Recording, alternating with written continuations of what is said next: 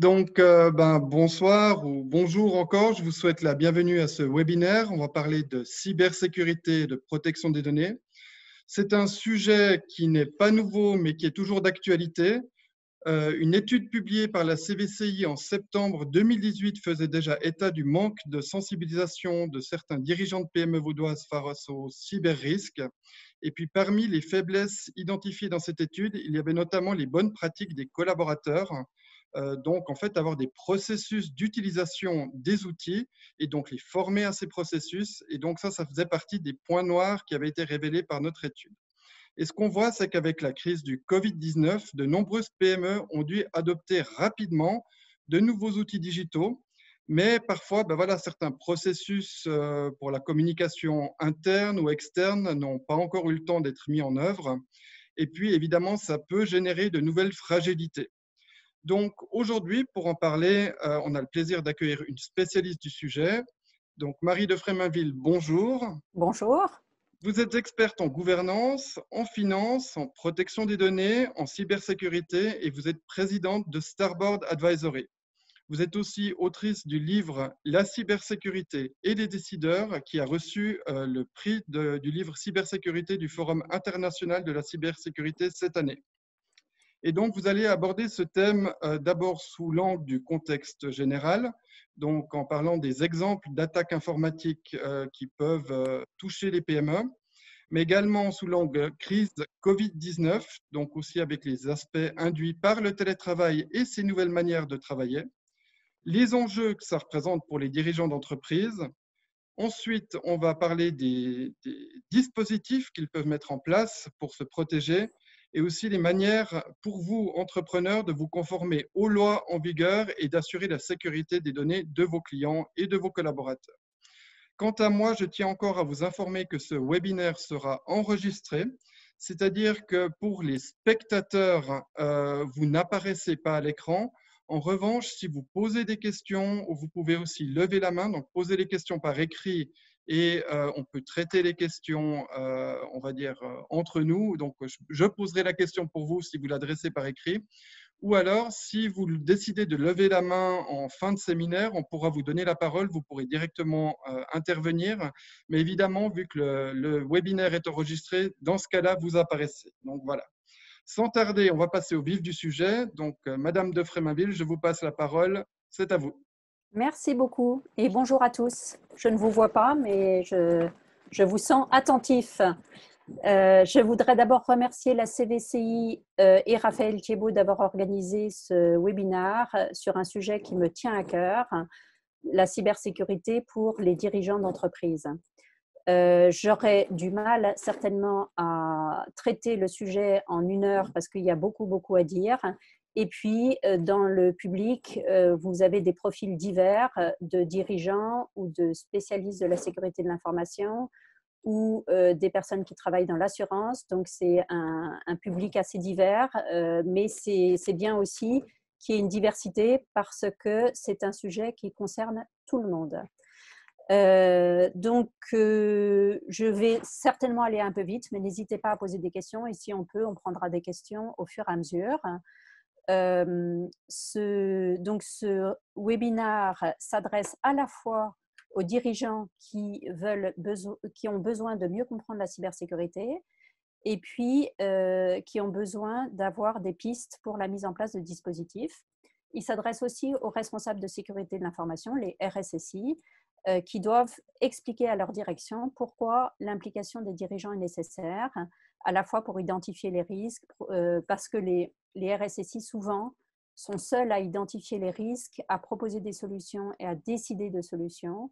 Et en réalité, ils ne devraient pas être les seuls à faire ces 3 opérations à la fois. Donc, comme pour tous les risques, mais ça concerne aussi la cybersécurité parce que c'est un risque immatériel. L'un des principaux cyber-risques est de penser que les cyber-risques n'existent pas. On ne les voit pas, ils n'existent pas, donc on ne s'en occupe pas et c'est la principale erreur. Alors, en préambule, je voudrais dire que les dirigeants et administrateurs, parce qu'en fait, je m'intéresse très souvent au conseil d'administration, parce que de mon point de vue, et d'ailleurs, ce n'est pas seulement de mon point de vue, mais il y a de nombreuses études qui montrent que les conseils d'administration, malheureusement, n'ont pas assez de compétences à bord. Et donc, ce que je dis à chaque fois, quand j'interviens auprès de conseils d'administration ou de comités exécutifs ou de comités de direction, c'est que pour comprendre la cybersécurité, on n'a pas besoin d'être un expert informatique. D'ailleurs, je ne le suis pas, mais j'ai beaucoup travaillé le sujet, donc j'ai maintenant un certain nombre de compétences techniques. Mais pour s'en occuper, on n'a pas besoin d'être un expert informatique, de même que pour sécuriser sa maison, on n'a pas besoin d'être un expert en serrure pour fermer une porte. On va donner un certain nombre de spécifications dont on a besoin et on va faire appel à un prestataire qui va vous dire de quoi vous avez besoin pour ça et qui va vous installer le dispositif.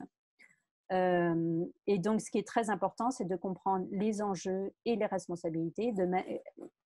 Et c'est pareil pour la sécurité physique. On a besoin de savoir ce qu'on a à protéger avant de protéger. Et donc, les deux priorités de ce sujet, c'est la gestion des risques et c'est la conformité, puisqu'il y a de plus en plus, on va le voir plus tard, de réglementation sur la protection des données. J'ai vu ce matin, c'est tout frais, une étude qui dit que les entreprises en moyenne, déploient 45 outils liés à la cybersécurité sur leur réseau. Et ce 45 outils, il est jugé trop important pour être efficace et pour empêcher réellement la détection des attaques et limiter. Et donc, le fait d'avoir un nombre d'outils importants limite la capacité à se défendre. Donc, les recommandations, elles ne sont pas forcément d'investir dans des outils. Les outils, c'est important, mais ce n'est pas du tout la seule chose à faire, de mettre des outils en place. De même que si on met, pour reprendre l'exemple de la maison, une serrure 3 points sur une porte, la porte d'entrée, c'est très bien, mais si on ne ferme pas à double tour ou à triple tour, ça ne sert à rien. Si on ne ferme pas les fenêtres, ça ne sert à rien. Donc, l'outil, c'est une chose, mais encore faut-il savoir s'en servir. Encore faut-il avoir la bonne organisation, les bonnes politiques, les bons processus, par exemple les mots de passe, les mises à jour, les gestions d'accès, on y reviendra, et puis d'avoir un guide pour gérer les attaques. Donc, comme l'a dit Raphaël, on va aborder tous ces points pendant ce webinaire, et donc je vais passer tout de suite au contexte général. Alors, avant, le système d'informatique était fermé et donc il y avait très peu de portes d'entrée sur le système informatique des entreprises. Petit à petit, ce système s'est connecté à différents acteurs, donc des partenaires, des solutions cloud, des business partners, des mobiles, des objets, des ordinateurs portables, des tablettes, des téléphones portables. Et puis aujourd'hui ou dans le futur, ça dépend des entreprises, l'entreprise est connectée, ultra connectée à des prestataires de services, à des serveurs informatiques, à des organismes financiers, à des fournisseurs, à des partenaires professionnels, à des prestataires informatiques, à des partenaires institutionnels et à des administrations publiques. Donc, c'est toutes ces connexions qui sont la source de problèmes aujourd'hui. Donc, les principaux risques pour les entreprises, je pense que la plupart d'entre vous le connaissent, donc je vais aller assez vite. Le hameçonnage, vous recevez un email frauduleux, vous cliquez sur un lien et on vous vole des informations personnelles ou professionnelles. Les rançongiciels qui font de plus en plus de mal et qui ont pour but d'extorquer de l'argent à l'entreprise ou à la personne. Et c'est pareil, vous recevez un email frauduleux, vous cliquez et vos données sont chiffrées. Je reviendrai sur des exemples tout à l'heure. C'est très problématique et ça fait beaucoup de mal. Le vol de données, ça peut être un vol de données par une personne de l'entreprise ou par un fournisseur, ou ça peut être aussi une mauvaise manipulation. Donc, ce n'est pas un vol, mais ça peut être une mauvaise manipulation qui conduit à une fuite de données à l'extérieur de l'entreprise. Et puis les fraudes, les faux ordres de virement, les fraudes au président, les fraudes aux fournisseurs. Je peux y revenir plus tard si vous voulez, après, si vous avez des questions sur ce point. Le cyber n'a pas de frontières, donc il y a des attaques partout dans le monde et l'attaque WannaCry dont on a tant parlé en 2017, comme vous le voyez sur ce graphique, a touché les pays du monde les plus connectés. En tout cas, tous les pays du monde ont été touchés, plus ou moins, et certains beaucoup. Il y a eu des hôpitaux en Angleterre, des compagnies de téléphone en Europe, en Allemagne ou en Italie, l'industrie automobile, Renault qui a été très impactée, Honda qui a été impactée, d'ailleurs qui vient d'être de nouveau impactée il y a quelques jours, ou l'industrie du transport, Deutsche Bahn par exemple.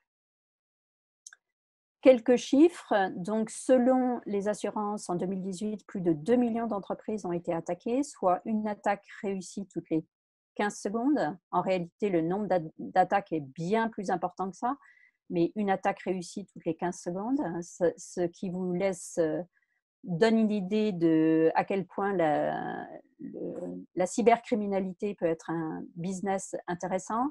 33% des victimes de ransomware ne récupèrent pas intégralement leurs données et 95% des attaques réussies sont liées à une erreur humaine. Et ça, c'est très important de le savoir parce que, effectivement, il y a toujours une personne qui est derrière une attaque et il y a toujours une personne qui fait une erreur et sans cette erreur, l'attaque ne réussirait pas.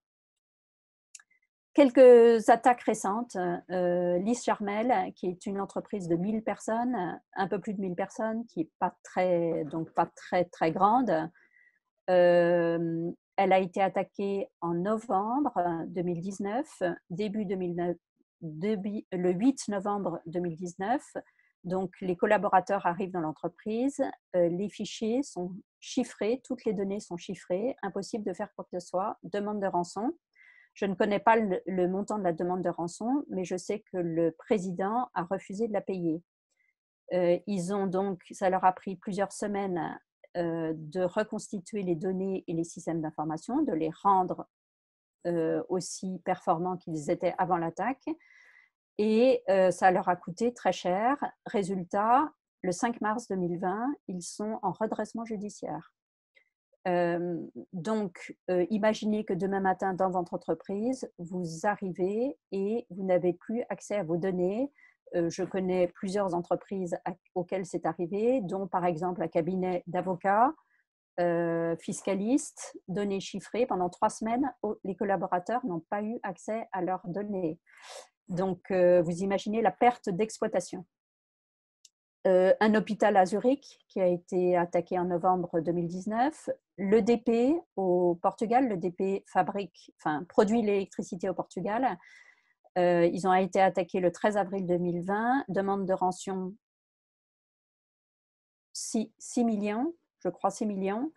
Et donc, ça n'a pas impacté la production d'électricité. En revanche, ça a impacté les services généraux ou la gestion de cette société. Depuis, ils ont été très discrets, je n'ai pas eu de nouvelles, mais ils ont dû restaurer petit à petit leur service et je ne sais pas s'ils ont payé la rançon. Visor Precision, c'est un fournisseur de Boeing, Lockheed Martin et SpaceX, donc 3 entreprises majeures américaines. Pourquoi ce cas est intéressant? Et ils ont aussi reçu un ransomware, donc une demande de rançon le 2 mars 2020. Ils n'ont pas voulu payer.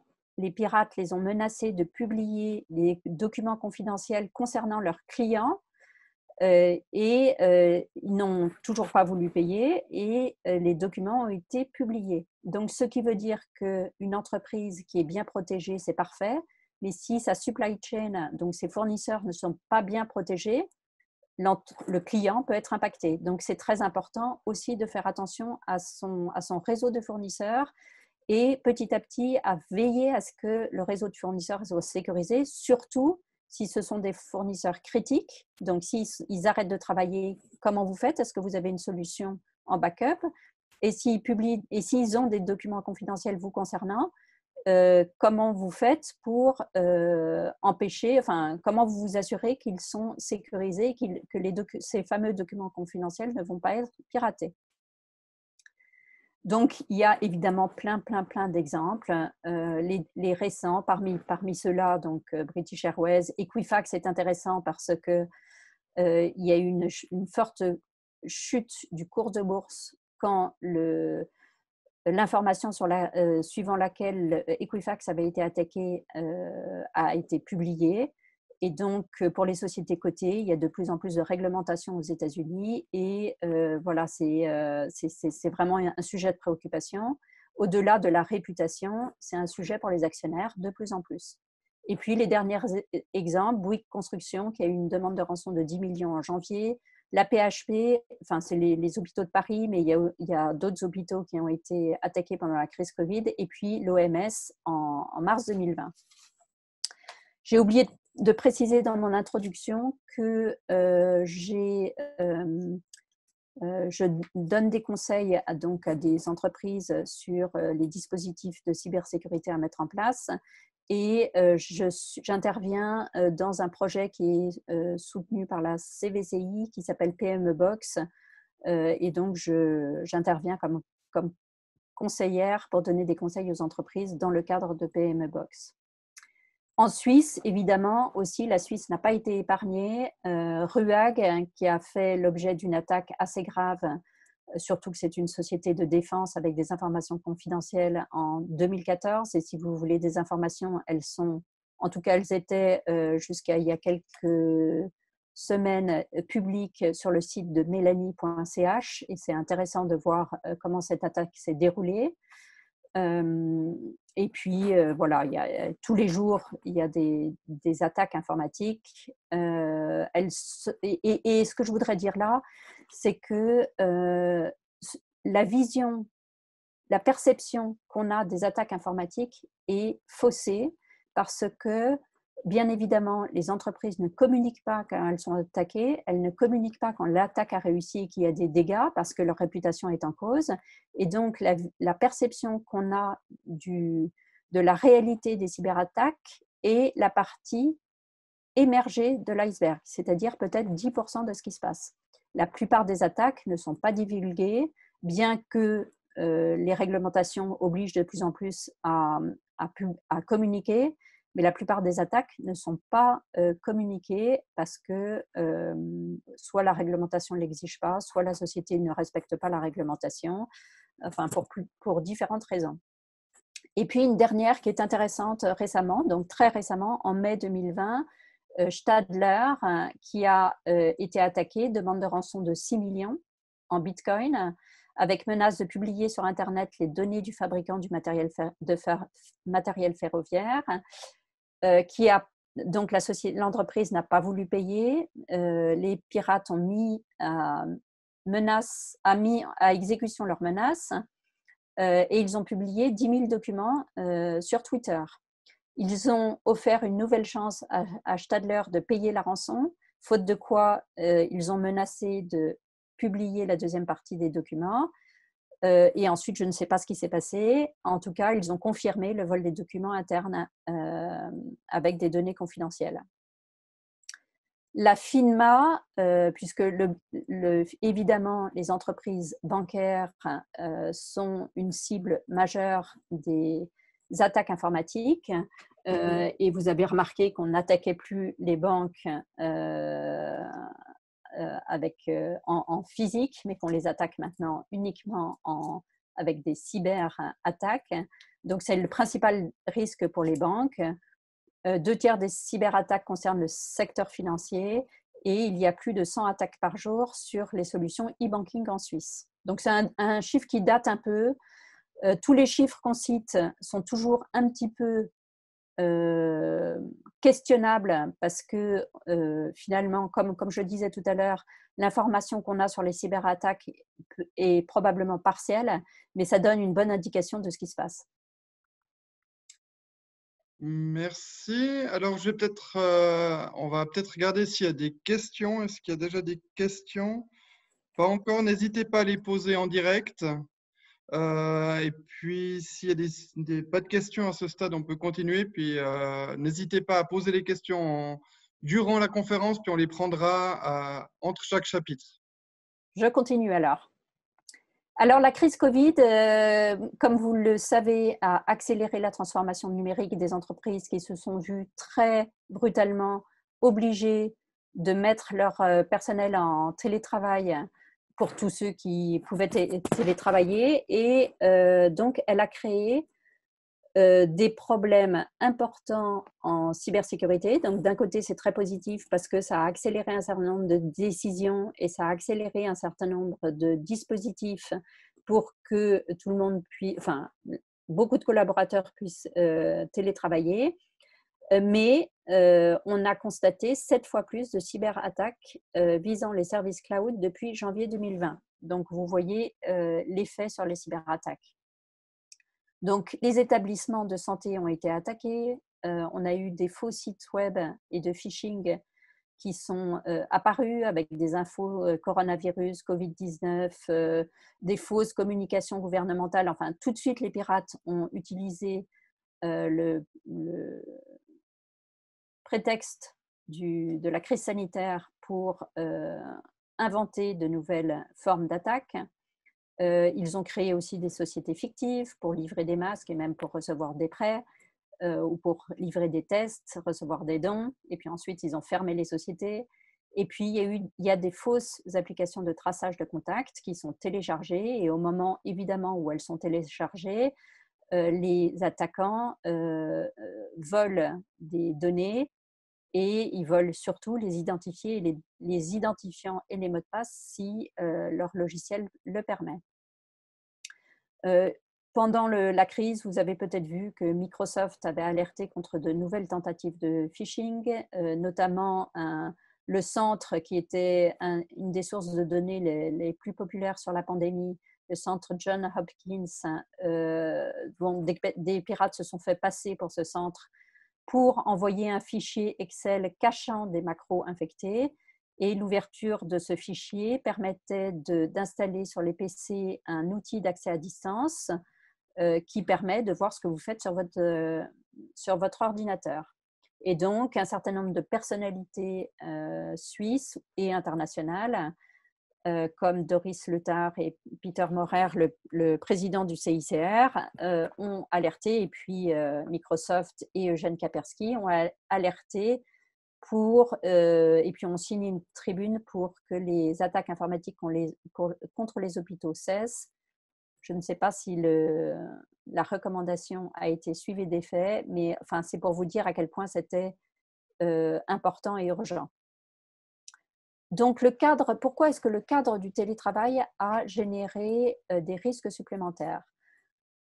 Premièrement, il y avait forcément un état de confusion et d'anxiété chez les collaborateurs qui, comme tout le monde, avaient cet environnement de crise sanitaire assez compliqué, une pression pour continuer de respecter les délais de la part de l'entreprise, un cadre de travail difficile pour certains qui avaient leur famille dans leur nouveau lieu de travail, et parfois pas d'espace professionnel distinct du lieu personnel.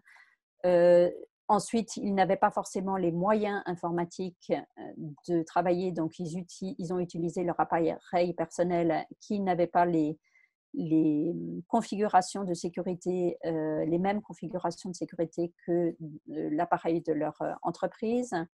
Et puis, certainement, ils ont pris plus, en tout cas les études le montrent, ils ont pris plus de risques en ligne chez eux que dans le traitement des données que au bureau. Et puis, certaines études aussi ont montré que les cadres dirigeants s'estiment souvent au-dessus des règles. Et donc, souvent, ils demandent à ce que les politiques de sécurité soient allégées pour être plus efficaces, plus rapides, etc. Mais forcément, la sécurité, c'est un compromis et qu'on ne peut pas faire de sécurité. De même que quand on rentre chez soi, il faut parfois faire un code. En tout cas, il faut ouvrir la porte avec une clé, donc il faut chercher la clé dans sa poche ou dans son sac. Dans l'entreprise, c'est exactement la même chose. Il y a des mots de passe à faire, il y a parfois une double authentification, et donc forcément, c'est plus long d'entrer avec de la sécurité que d'entrer sans sécurité. Et puis, il faut avoir son mot de passe quelque part, à moins d'avoir un outil qui gère les mots de passe. Donc, les télétravail, évidemment, c'est mis en place dans l'urgence. Donc, les ordinateurs qui ont été confiés aux collaborateurs quand l'entreprise a confié des ordinateurs ont parfois été achetés dans l'urgence. Ils n'ont pas été configurés comme il fallait. Les logiciels n'étaient pas forcément à jour ou n'ont pas été mis à jour pendant le confinement. Les connexions n'étaient pas toujours sécurisées, voire jamais sécurisées. Et puis, les équipes informatiques ont été occupées par la mise en place du télétravail, ont probablement passé du temps à ça au lieu de continuer à monitorer le système d'information et à surveiller les anomalies sur le système d'information. Les données, ce sont parfois, au lieu d'être dans l'entreprise sur des fichiers, sur des serveurs ou des outils de partage d'informations ou de fichiers, ont parfois, même souvent, en fonction de la qualité des connexions, été téléchargés sur les ordinateurs. Les personnes ont travaillé sur leurs fichiers sur leur ordinateur. Ensuite, est-ce que les fichiers ont été remis sur les outils partagés de l'entreprise? Est-ce que les fichiers ont été sauvegardés? La dernière version du fichier a bien été sauvegardée? Pas sûr. Est-ce que les fichiers ont été communiqués avec les moyens sécurisés habituels? Pas sûr. Donc, on a vraiment fait des compromis avec les politiques de sécurité pendant cette période.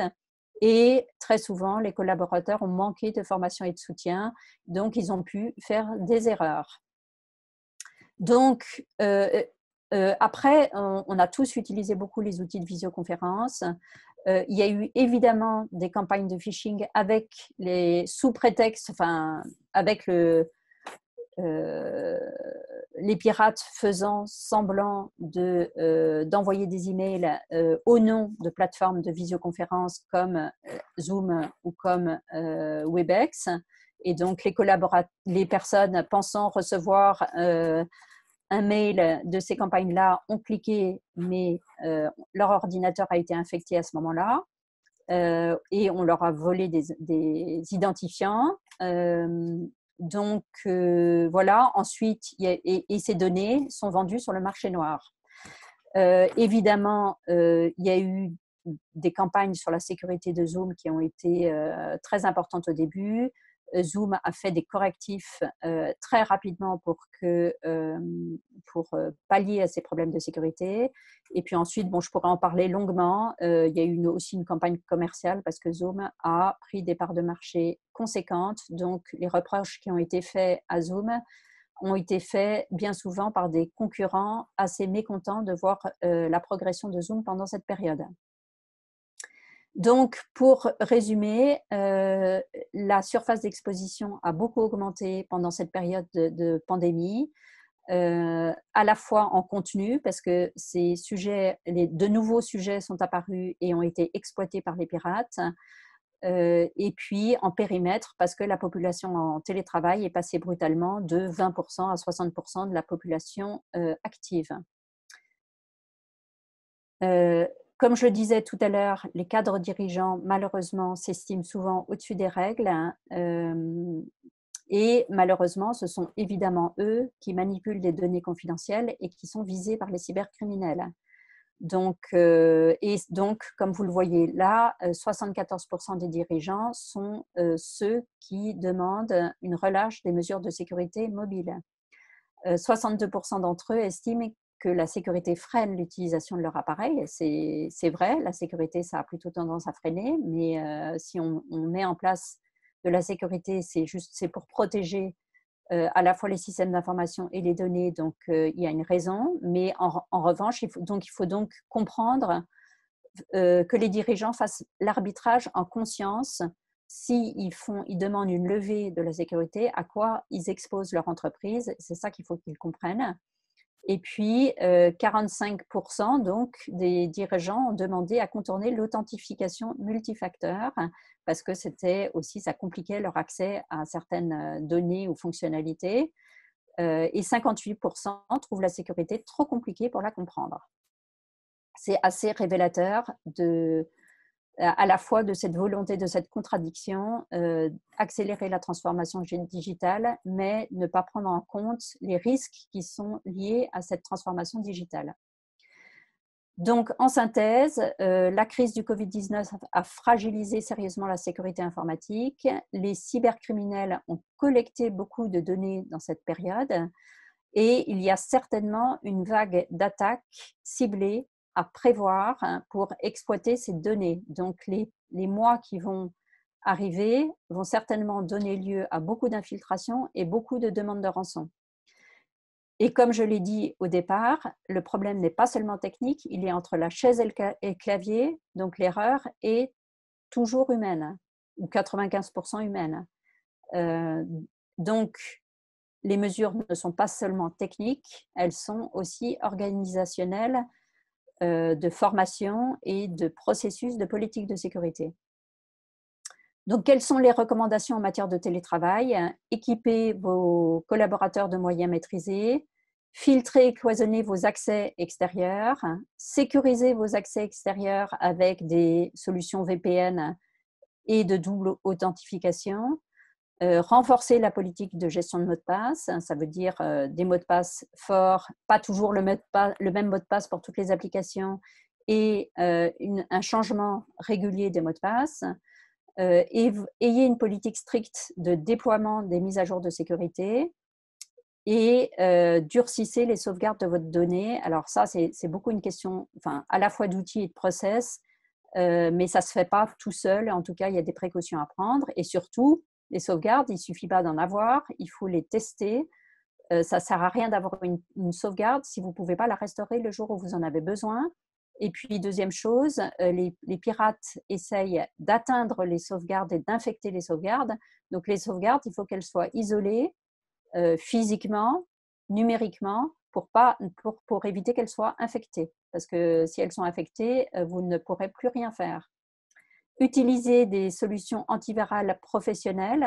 Donc, les antivirus ne vont pas bloquer la totalité des virus parce que les virus, il y en a de nouveaux. Je ne sais pas si c'est tous les jours, toutes les secondes, tous les 2 jours, peu importe, il y a de nouveaux virus qui apparaissent. Donc, au fur et à mesure, les antivirus se perfectionnent, mais voilà, ce n'est pas la seule solution à mettre en place. Journalisez l'activité de vos équipements pour détecter les anomalies. Superviser l'activité d'accès à vos réseaux, ça c'est très important. Apporter un soutien à vos collaborateurs. Préparez-vous à affronter les cyberattaques. Il faut avoir simulé une cyberattaque pour être prêt à affronter une vraie cyberattaque. Et puis, les dirigeants, impliquez-vous, montrez l'exemple. Donc, pour développer un petit peu, apporter un soutien à vos collaborateurs en télétravail. Il suffit d'un courriel mal adressé, d'un fichier de données mal stocké ou d'un mot de passe faible pour qu'une entreprise soit confrontée à une grave violation de données.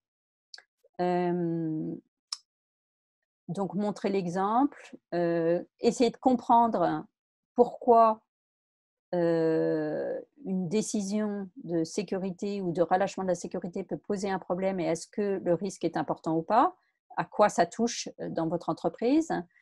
Et puis, préparez-vous aux cyberattaques. Pensez à ce que vous, personnellement, vous n'aimeriez pas qu'on vous vole, par exemple, vos contacts et vos photos. C'est pareil dans l'entreprise. Vous avez des informations personnelles, vous avez des informations confidentielles, vous avez des informations stratégiques et donc il faut vraiment réfléchir à ce qui se passe si vous les perdez, ces informations-là, ou si elles sont bloquées. Une précision encore sur le télétravail, il ne suffit pas donc d'avoir sécurisé les postes de travail ou les réseaux pendant le télétravail. Va falloir faire très attention au retour du confinement et à la reprise de contrôle sur les ordinateurs, les postes de travail. Il va falloir fermer des accès qu'on a ouverts pour pouvoir communiquer.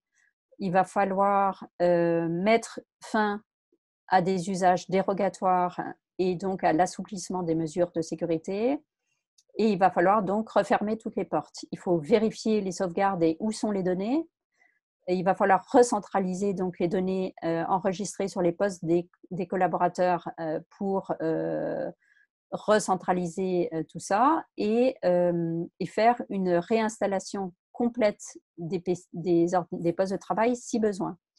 Il faut faire un état des lieux de la compromission du réseau et des postes de travail et il faudra contrôler les équipements nomades avant de les reconnecter de façon à éviter que le réseau de l'entreprise soit compromis. Parce que donc, les appareils utilisés en télétravail représentent un risque supplémentaire s'ils ont été infectés. Et donc, il va falloir prendre des mesures pour justement organiser ce retour au travail, éventuellement mettre un segment réseau dédié et isolé du reste du système d'information pour accueillir les postes en retour du télétravail. Et puis vérifier qu'il n'y a pas de logiciel malveillant sur ces postes de travail et que tous les paramètres de configuration de la sécurité et de confidentialité sont conformes aux politiques de l'entreprise et aux exigences de conformité. Je dirais, en fait, bon, cette période, elle nous a permis de nous entraîner à ce télétravail et il se peut, c'est très probable qu'on continue à long terme, à moyen terme et même à court terme à faciliter le travail à distance pour l'ensemble, enfin pour une partie des collaborateurs de l'entreprise. Et donc, en fait, ce qu'il faut faire maintenant, c'est mettre en place un plan de mesures pour que ce télétravail qu'on a fait dans l'urgence et dans des conditions pas toujours sécurisées soit vraiment mis en place de façon pérenne et de façon sécurisée. Parce que très probablement, ça va se prolonger à la fois parce que les salariés peuvent en avoir envie, parce que ça diminuera les déplacements, parce que l'empreinte carbone de l'entreprise sera peut-être moins diminuée grâce à ça. Et donc ce qui est devenu provisoire, ce qui était provisoire, va peut-être probablement devenir définitif pour un certain nombre de personnes, en tout cas à temps partiel. Et donc aussi, on est dans une tendance d'ouvrir le système d'information à des partenaires pour plus travailler de façon collaborative avec les fournisseurs, les sous-traitants, les partenaires, et que donc ça nécessite des mesures et ça nécessite des contrôles et des règles. Alors, j'arrive à la fin de mon deuxième chapitre. Oui, alors on a déjà une question ici. Donc, la question, c'est est-ce que les connexions en VPN représentent une sécurité suffisante pour l'accès des données à distance? En fait, est-ce qu'il y a différents niveaux de sécurité VPN? Excusez-moi, j'ai mis mon téléphone en… Voilà.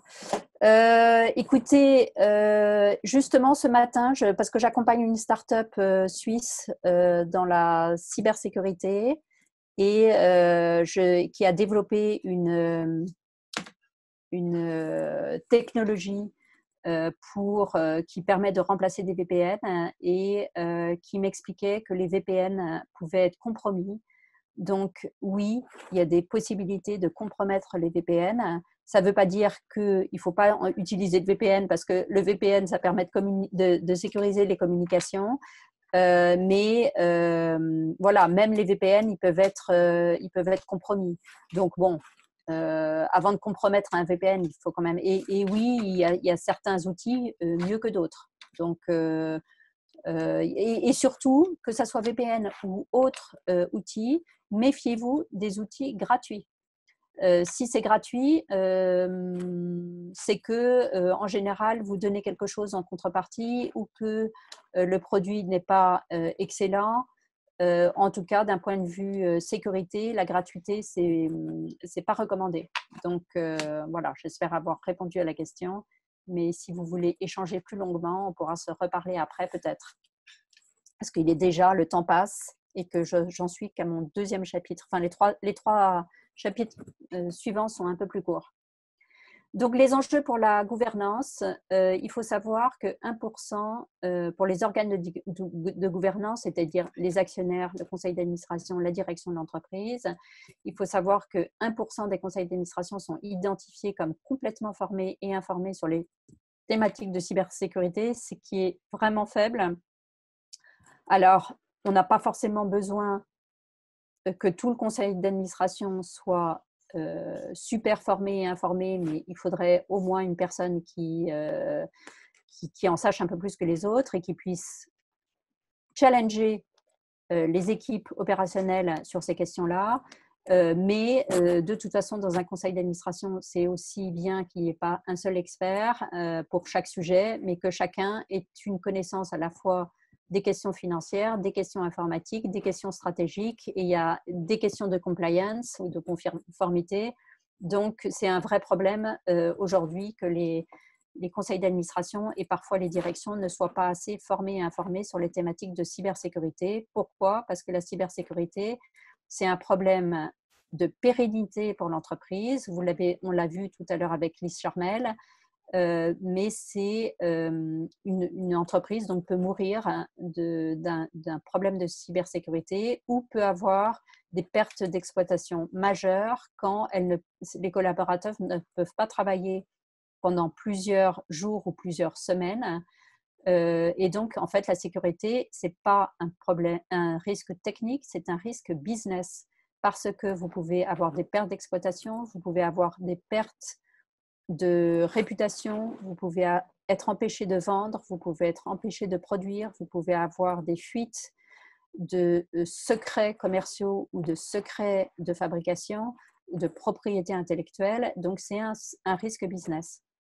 Et donc, c'est pour ça que la cybersécurité n'est pas seulement l'affaire des RSSI ou des CISO, Chief Information Security Officer, mais c'est une affaire de dirigeants. Et donc, vous avez, pour ceux que ça intéresse, l'ECODA, qui est l'Institut des administrateurs européens, qui vient de publier un rapport sur la surveillance des cyberrisques par le conseil d'administration et qui indique que la cybersécurité est la menace la plus dangereuse pour les organisations aujourd'hui. Et puis le World Economic Forum qui dit que c'est l'un des 5 risques majeurs.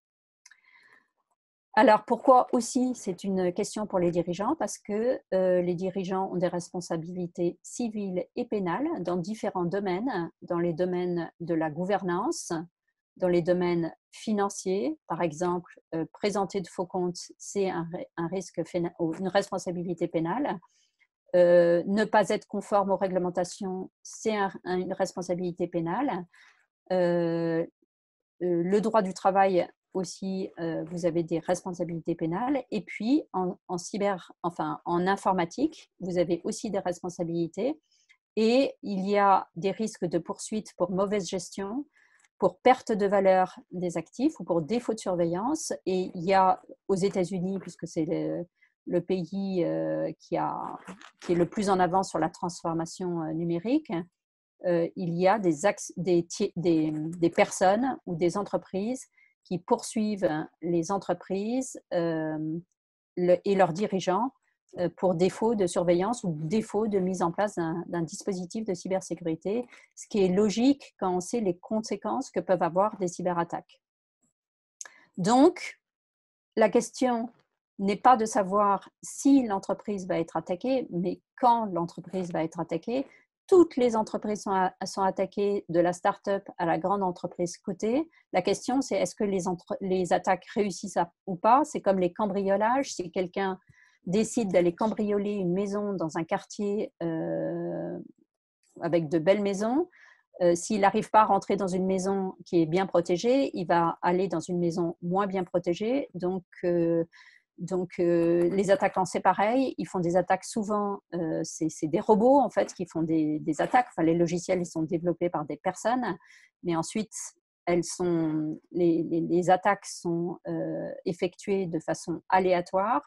C'est rare qu'elles soient ciblées. Ça peut être le cas des États ou d'entreprises, de grandes entreprises qui vont, par exemple, Boeing qui va attaquer Airbus. Mais en général, ce n'est pas ciblé, donc il vaut mieux se protéger pour empêcher les attaquants d'entrer. Et deuxième chose que je voudrais dire là, c'est que très souvent, on s'aperçoit des attaques longtemps après que l'attaquant soit entré sur le système d'information. Quand je dis longtemps, ça peut être 50 jours, 80 jours avant la moyenne qui était publiée était de 180 jours. Ensuite, on a dit que c'était 80 jours. En fait, je ne connais pas exactement le chiffre et puis je ne sais pas si quelqu'un le connaît, le chiffre exact. Mais très souvent, maintenant, quand on cherche à mettre un dispositif en place dans une entreprise, on va chercher d'abord, est-ce qu'il y a des compromissions quelque part? Donc, c'est très souvent, et d'ailleurs c'était le cas de RUAG, ils se sont aperçus plusieurs mois après que les attaquants soient entrés, que des attaquants étaient entrés. Imaginez que quelqu'un soit dans votre maison en train de chercher vos bijoux, votre passeport, et que vous ne le sachiez pas et que vous pensez dormir tranquille, et en fait, vous devriez ne pas dormir tranquille. Donc, ne faites pas l'autruche. La performance cyber, c'est pour moi aussi important que la performance financière, c'est-à-dire vous pouvez avoir d'excellents comptes, un excellent résultat. Si vous n'avez pas une bonne protection cyber, votre entreprise peut mourir demain. Les outils donc, sont clés, comme je l'ai dit, mais le dispositif cybersécurité, il commence par l'organisation, c'est-à-dire qui s'occupe de quoi dans l'entreprise. Et est-ce que c'est clair qui s'occupe de quoi? Est-ce qu'il y a des règles? Est-ce que les règles sont appliquées? Par exemple, qui a accès à quelle information? Il y a des informations stratégiques. Est-ce que vous savez ce qu'il y a comme information stratégique chez vous? Qu'est-ce qui vous empêcherait de dormir? Et quelle est l'information à laquelle vous tenez dans l'entreprise? Et par exemple, les salaires, c'est une donnée confidentielle. Si les données de salaire de vos collaborateurs sont volées et publiées dans la presse, ça peut poser un gros problème. Donc, voilà, il y a des informations confidentielles. On ne peut pas dire « j'ai rien à cacher », ce n'est pas possible. Donc, la culture, le développement d'une culture cyber est clé dans l'entreprise. Donc, les dispositifs à mettre en place. Donc là, est-ce qu'il y a une question peut-être? Non, il n'y a pas de questions à ce stade. Donc, je ne sais pas, je demande à l'audience s'il y a des questions à poser éventuellement. Il n'y a rien qui apparaît, donc on attendra la fin, puis il y aura sûrement plein de questions qui vont fleurir vers la fin. Donc, on peut Alors, passer à la suite. très bien, merci. Les dispositifs à mettre en place. Donc, première chose, ça commence par le conseil d'administration. Donc, ce dessin est assez clair. Jusqu'à il y a quelques années, jusqu'en fait en 2017, où on a eu WannaCry et NotPetya qui ont fait beaucoup de mal dans le monde entier. Le responsable cybersécurité était un expert informatique qui ne parlait pas aux dirigeants ou assez peu aux dirigeants et qui n'allait jamais au conseil d'administration. Les choses ont bien changé.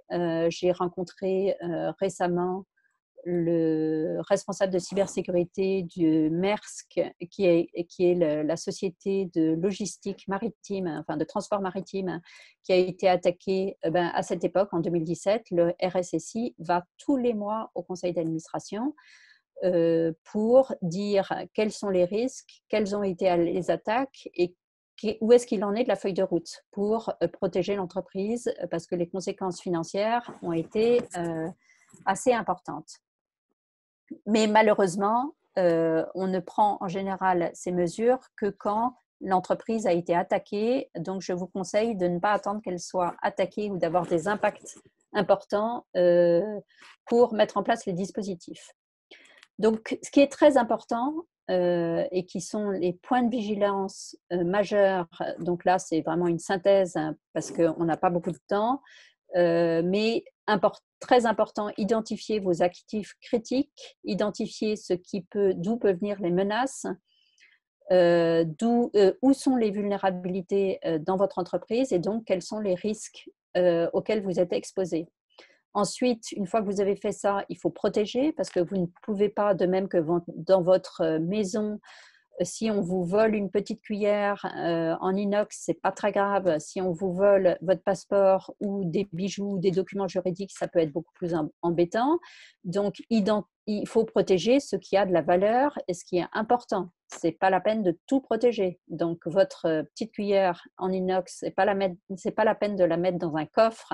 En revanche, vos documents juridiques, vous pouvez peut-être les mettre dans un coffre ou à l'intérieur ou à l'extérieur de chez vous. Donc, il faut y réfléchir. Je n'ai pas de solution toute faite à vous apporter, mais chaque solution dépend des risques qui ont été identifiés et du business de l'entreprise, de la taille de l'entreprise, etc.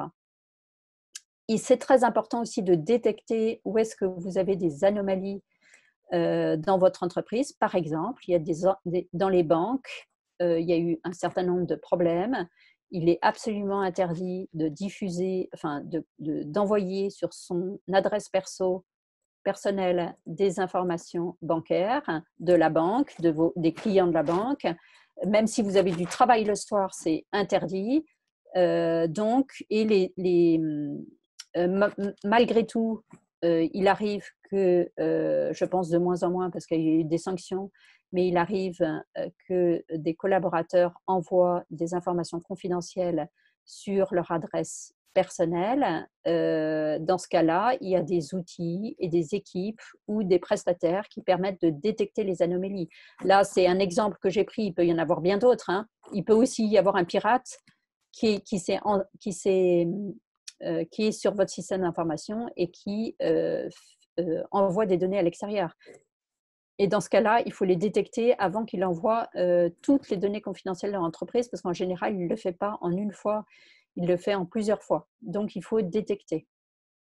Et puis ensuite, si vous avez une attaque, parce que quelqu'un a fait une fausse manipulation, il faut réagir.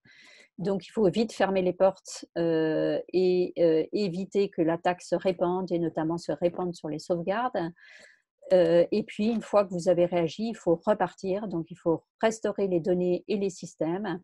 Il faut analyser l'attaque parce que très souvent, en fait, une fois qu'on est reparti, on n'analyse pas et on ne tire pas les conclusions, mais il faut analyser l'attaque, il faut en tirer les conclusions et prendre les mesures pour éviter que ça se reproduise.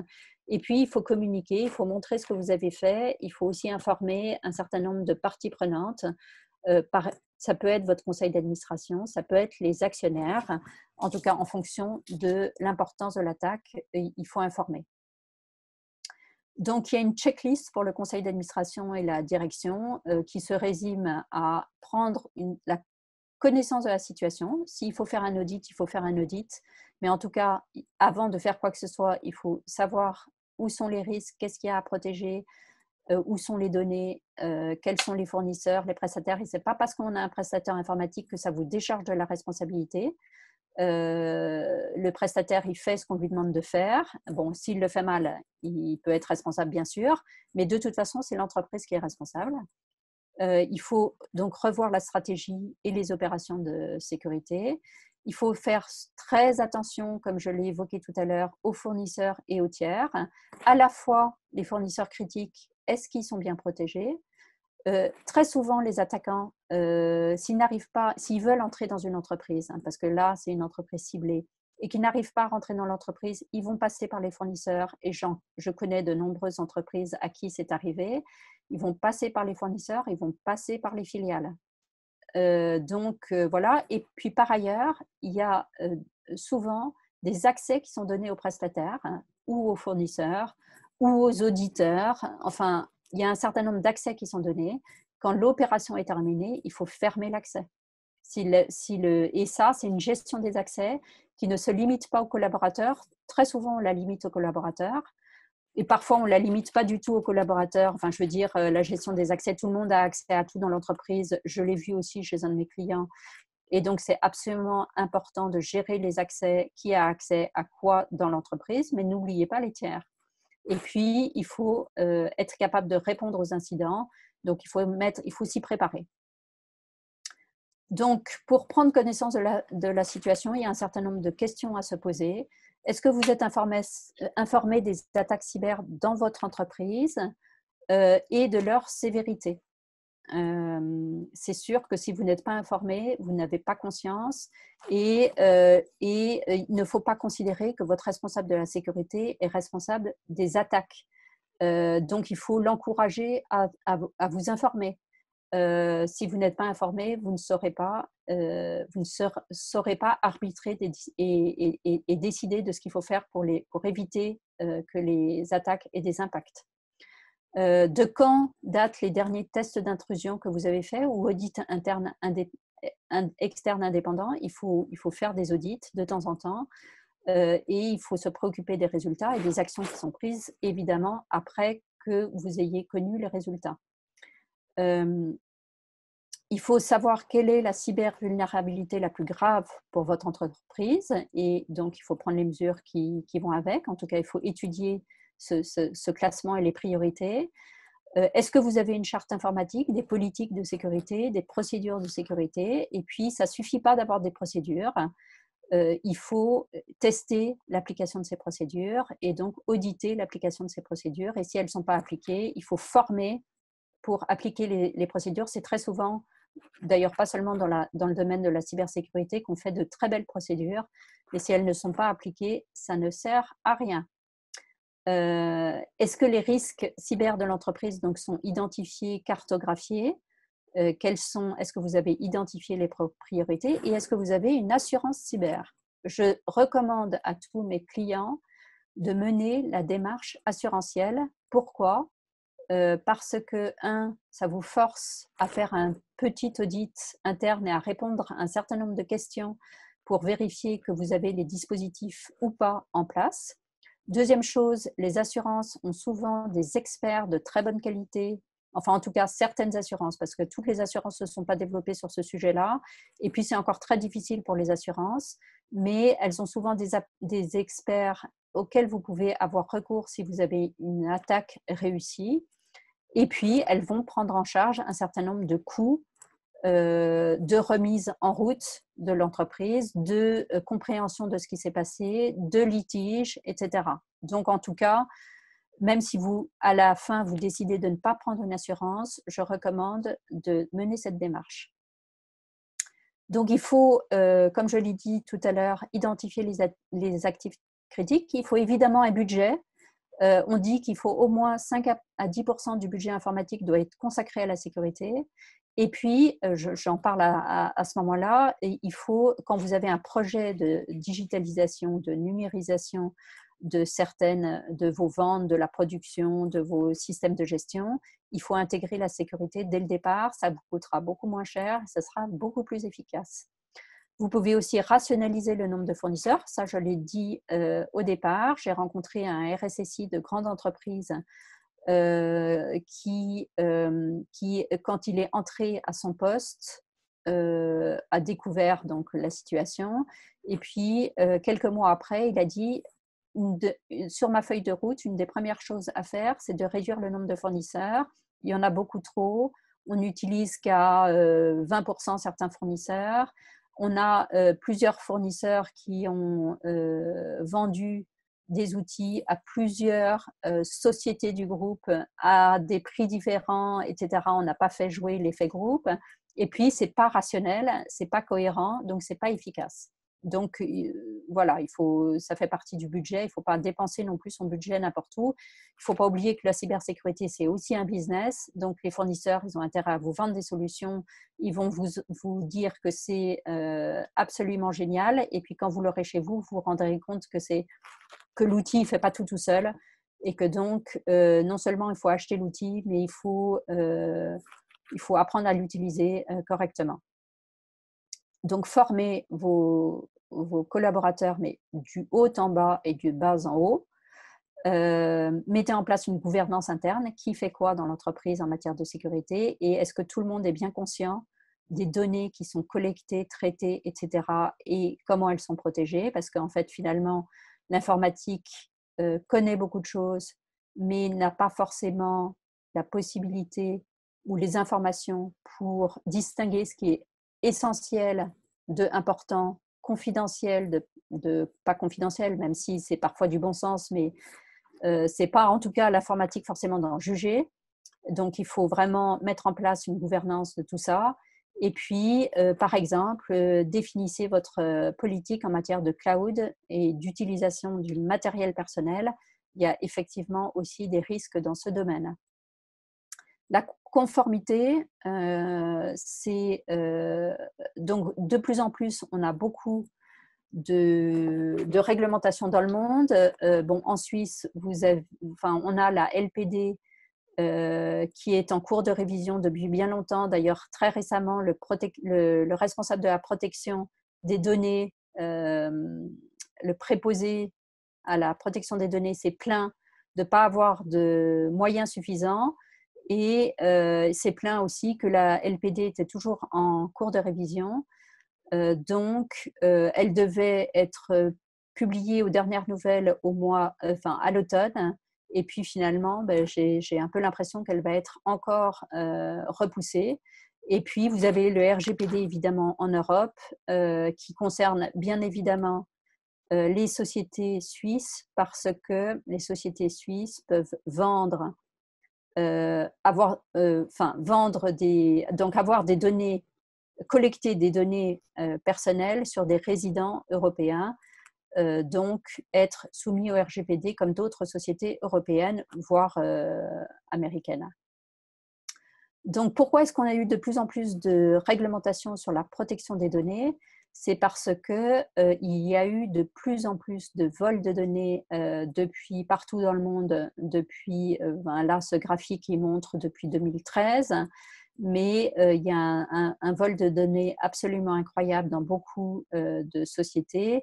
Et donc, il a fallu réglementer pour forcer les sociétés à mieux protéger les données personnelles et puis pour pouvoir les sanctionner si jamais il y a des fuites de données majeures. Donc, la dernière en date qui a fait un peu de bruit, c'est celle d'EasyJet, je crois, qui a concerné 40 000 Suisses, où des données de passeport, de carte de crédit, d'adresse email, etc. ont été volées, ce qui est un peu gênant pour les clients. Donc, juste une petite information sur les États-Unis, où les réglementations sont assez importantes pour les sociétés cotées. Et il y a eu des actions intentées par des actionnaires parce que les administrateurs et dirigeants n'avaient pas surveillé suffisamment les risques cyber et n'avaient pas mis en place de dispositifs suffisants. Et puis, quelque chose à savoir qui est important, c'est le Cloud Act, qui a été adopté le 23 mars 2018 par les États-Unis et qui rend légale la saisie de tout courrier électronique ou autres données numériques stockées sur des serveurs américains, y compris à l'étranger. C'est-à-dire même si ces serveurs ne sont pas en Suisse, mais si ce sont des fournisseurs américains, je veux dire, si les serveurs ne sont pas aux États-Unis, et s'ils sont donc en Suisse ou en Europe, du moment qu'ils sont américains, les États-Unis peuvent aller saisir les données. Donc, avant de choisir une solution de cloud, il faut vraiment réfléchir à qu'est-ce qu'on y met et voilà, est-ce qu'on a un risque sur ce sujet-là. On n'en a pas encore beaucoup vu les impacts de ce Cloud Act, mais on pourrait voir des impacts dans les années qui viennent. Donc, il faut être vigilant là-dessus. Le RGPD, donc en fait, il y a 3 principes dans cette loi. C'est le principe de transparence, que les entreprises disent ce qu'elles collectent comme données, pourquoi elles les collectent, et aussi que si jamais il y a une fuite de données, elles soient transparentes sur les fuites de données. Le principe de minimisation, c'est qu'il faut que les entreprises ne collectent que ce dont elles ont besoin. Ce n'est pas la peine de demander l'âge de votre client si vous n'avez pas besoin de l'âge de votre client pour faire une opération commerciale ou autre. Voilà, donc du coup, pour être conforme, il faut d'abord savoir ce qu'on a comme données sur les personnes dans vos systèmes d'information, de même que si vous recevez des candidats, vous ne pouvez pas regarder les données de ces candidats au-delà de 13 mois. Et ensuite, vous devez 12 ou 13 mois, et ensuite, vous devez demander l'autorisation pour garder ces données plus longtemps. Et sinon, vous devez détruire ces données. Et puis, vous devez prendre des mesures techniques et organisationnelles pour sécuriser les données qui sont stockées chez vous. Et évidemment, ça veut dire, par exemple, contrôler les accès de ces données, qui a accès et pourquoi faire. Donc, pour être conforme au RGPD, il y a 5 points. Cartographier, savoir où sont traitées les données et où est-ce qu'elles sont stockées.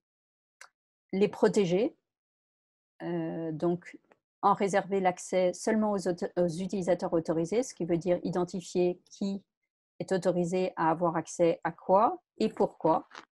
Donc, il y a des registres de traitement qui permettent de décrire les traitements de données. Contrôler l'accès, ça veut dire contrôler est-ce qu'il y a seulement des personnes autorisées qui ont eu accès, ou est-ce que d'autres personnes qui n'étaient pas autorisées ont eu accès? Et dans ce cas-là, il faut regarder pourquoi. Et ça peut être des personnes de l'entreprise, mais ça peut être aussi des personnes extérieures. Journaliser, ça veut dire montrer ce qu'on a fait comme opération et quelles opérations ont été enregistrées pour pouvoir, en cas de contrôle, montrer que ce qu'on a écrit dans le registre des traitements, que ce qu'on fait est conforme à ce qu'on a écrit dans le registre des traitements. Détruire ce qu'on s'est engagé à détruire.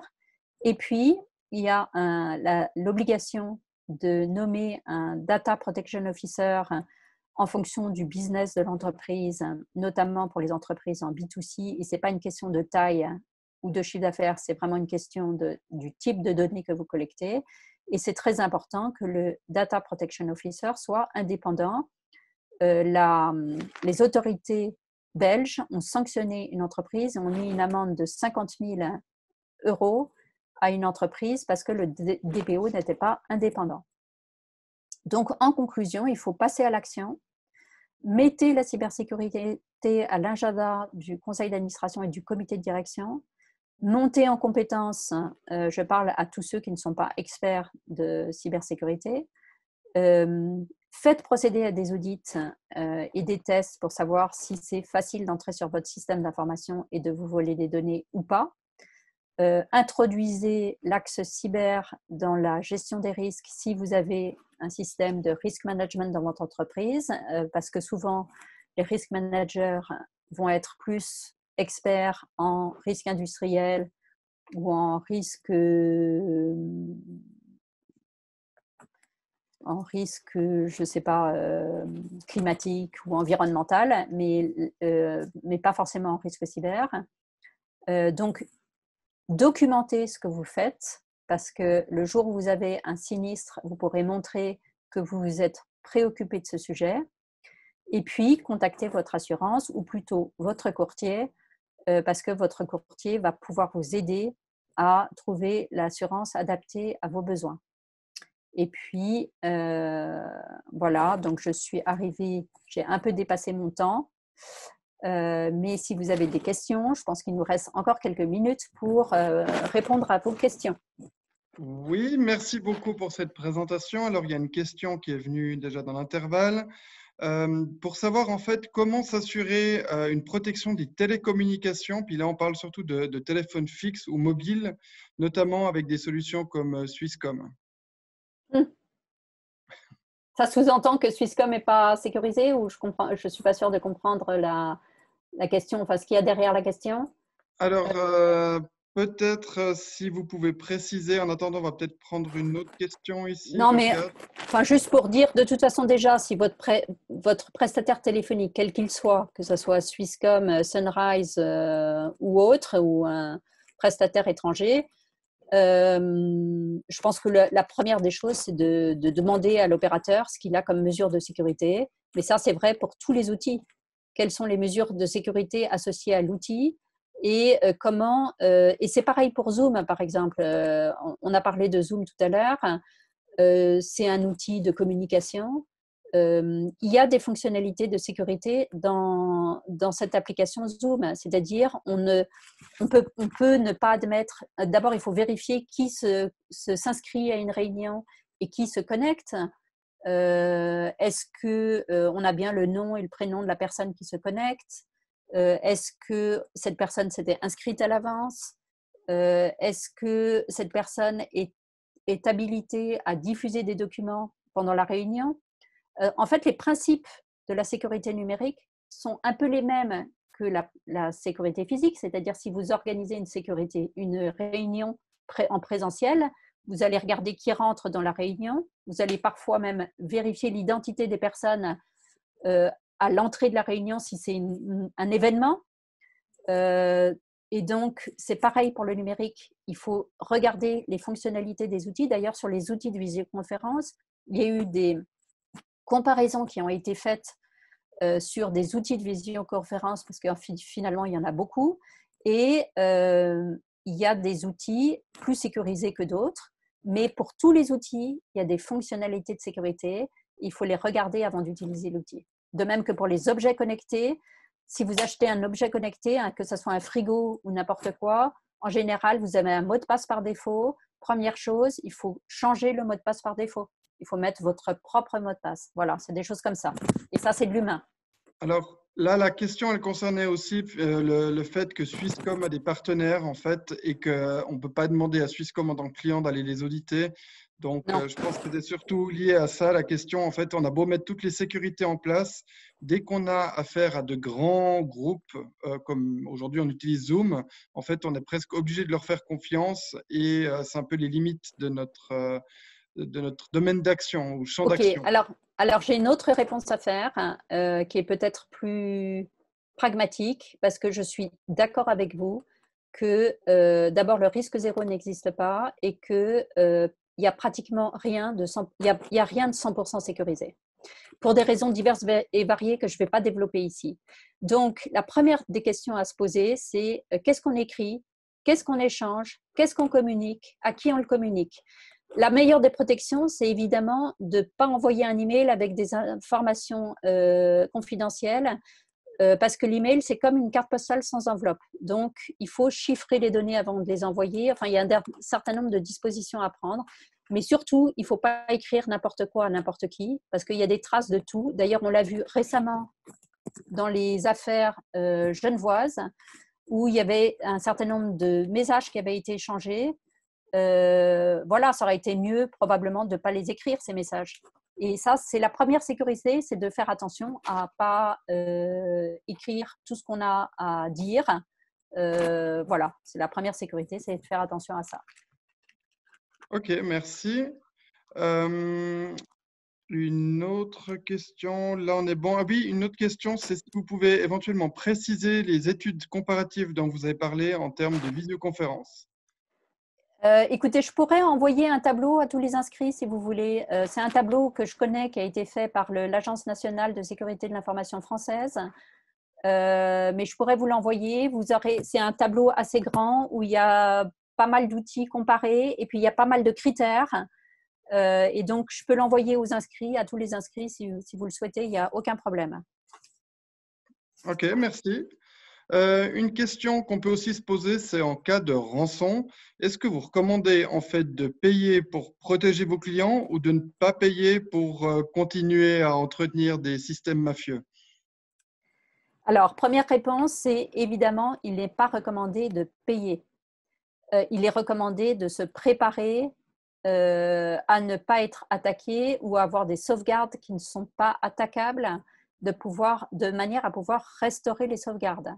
Bon, maintenant, même des grandes entreprises qui sont averties, qui se sont préparées, bon, imaginons qu'elles soient rançonnées, qu'elles n'aient pas la capacité à ne pas payer. Et puis, il y a ces histoires de divulgation d'informations confidentielles qui sont ennuyeuses. Donc, malheureusement, ça peut être une solution de payer, même si ce n'est pas recommandé. Donc, il faut faire une analyse déjà de risque. S'ils publient des documents, qu'est-ce qu'ils ont pris comme documents? Est-ce qu'ils sont très confidentiels? C'est quoi la conséquence s'ils publient les documents? Si l'entreprise est arrêtée, combien de temps ça va mettre à repartir? Est-ce que c'est 1 jour, 2 jours, 3 jours, 3 semaines? Combien ça va coûter? est-ce que le coût d'arrêt d'exploitation il est supérieur au coût de la rançon. Maintenant, il faut faire très attention parce que parfois on vous demande 2000 francs et puis après on va commencer à vous rendre des données et puis à déchiffrer les données et puis après on va vous dire ah ben il nous faut encore 10 000 francs et puis je vous rendrai 100% de vos données. Et puis, si vous avez été attaqué, rançonné une fois, c'est probable que vous serez rançonné une deuxième fois. Donc, entre-temps, il faudra vraiment sécuriser le système d'information et puis former les collaborateurs. Donc, c'est difficile pour moi de répondre à ça. Ce n'est pas recommandé de le faire. Après, c'est une analyse au cas par cas. Et donc, d'un point de vue légal, est-ce qu'un patron d'entreprise ou les administrateurs qui ont une responsabilité légale peuvent être poursuivis si des données sont divulguées? Ils peuvent être poursuivis, bien sûr. Si les données sont très confidentielles et qu'ils avaient un accord avec le client pour préserver la confidentialité des données et qu'elles sont publiées, bien sûr, le client peut attaquer le fournisseur pour ne pas avoir sécurisé ses données, bien sûr. Merci. Là, on a encore une autre question. Donc, donc parfois, c'est conseillé de faire tester sa cybersécurité au travers d'un prestataire de services externe. Est-ce que c'est quelque chose que vous recommandez ou est-ce que c'est risqué des fois que voilà, le prestataire soit lui-même frauduleux? Alors, donc, effectivement, comme j'ai recommandé de faire auditer de temps en temps son système et son dispositif, je continue de penser qu'il faut le faire. Évidemment, il faut faire attention à qui on donne les clés ou à qui on demande de faire ces tests. Évidemment, il faut un prestataire de confiance. Donc là, soit vous connaissez une entreprise qui est capable de le faire et à laquelle vous faites vraiment confiance, soit vous vous adressez à des personnes, à des experts auxquels vous faites confiance et qui vont vous indiquer une société qui est capable de le faire. Ce que je sais, je connais assez bien le milieu français en cybersécurité, de même que je connais assez bien le milieu suisse, mais je sais qu'en France, l'Agence nationale de sécurité de l'information certifie des prestataires et donc ces prestataires ont vraiment beaucoup d'étapes à franchir avant d'être certifiés et ils sont surveillés aussi, donc ils tiennent à leur certification, ils tiennent à leur réputation et ce sont des prestataires de confiance. Donc j'ai pas entendu je ne sais pas si une telle liste existe en Suisse officiellement. En tout cas, il y a des prestataires de confiance, évidemment, beaucoup, qui peuvent aussi faire ça en Suisse, mais ça, c'est le réseau qui permettra de… Voilà, et puis si vous avez besoin, je peux aussi vous conseiller. Merci. Alors, je ne vois pas d'autres questions. On va peut-être laisser encore une dizaine de secondes, voir s'il y a des questions qui apparaissent. Pas d'autres questions. C'est que c'était complet. En tout cas, je vous remercie infiniment pour ce partage d'expériences et d'informations qui, j'espère, seront très utiles aux entreprises qui ont suivi ce webinaire. Et puis, je me réjouis de retrouver les participants dans des événements, cette fois peut-être présentiels ou d'autres webinaires après l'été. Donc, bonnes vacances, bel été à tout le monde. Merci, madame. Et puis, merci beaucoup. À tout bientôt. Et puis, merci pour votre attention et puis bel été à vous aussi. Merci beaucoup. Au revoir. Au revoir.